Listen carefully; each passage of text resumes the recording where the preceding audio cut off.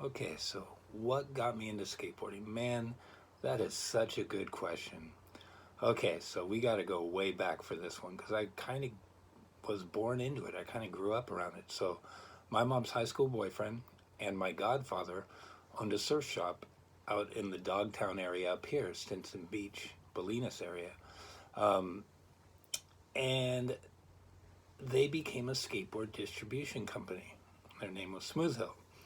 And Smooth Hill, this is in the 70s. And, they would give me boards, man. I had skateboards the whole time growing up. And, I'd ride them a bit and I was into them, but it wasn't like, not like how I am and whatever. But I rode my bike and I actually rode roller skates a lot back then. I loved roller skates, man. They were so fun.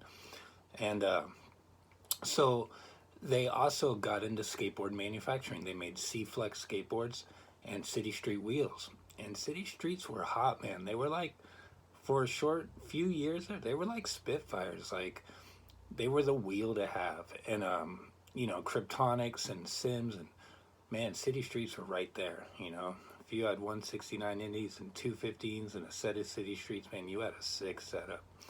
So, anyhow, I'm getting boards from Buzz, but again, I wasn't a skateboarder yet, Um, and now in the early 80s, I'm getting a little older, and I got this older friend, Sean. He's like 2 years older than me, but when you're young, that's a big difference. And I look up to him. He's a great artist. He's doing a lot. He kind of draws like more monsters and heavy metal stuff, and that's where I was kind of getting at before. Is where I broke away from comic books and I started getting into this science fiction fantasy art. And Sean was right there, man. He was killing it with the art, and he made a skateboard. And this blew my mind. I mean, I think he even glued the plies together, right? Pressed it in wood shop, got it wet, put a clamp on there, and pressed the tail so it had kick in it.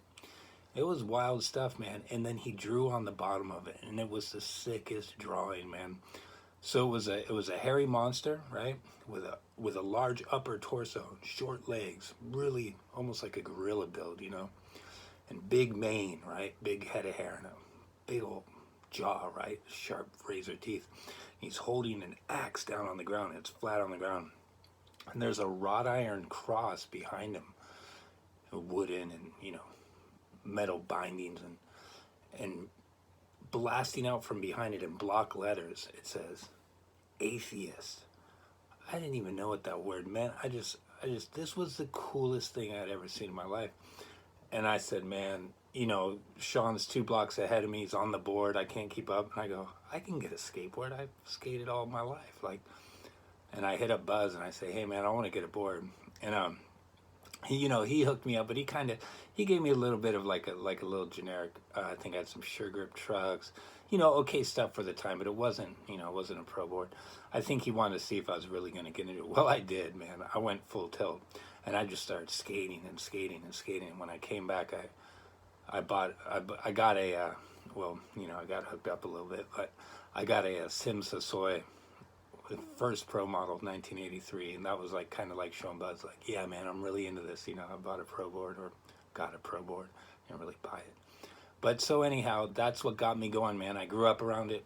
It was my not my family business, but pretty close. My mom and Buzz were super close, and it was my godfather was the other partner in the business. So, you know, so I grew up around it. Then I had an older friend who did it, and that just, man, I never looked back. I've been doing this stuff since day one.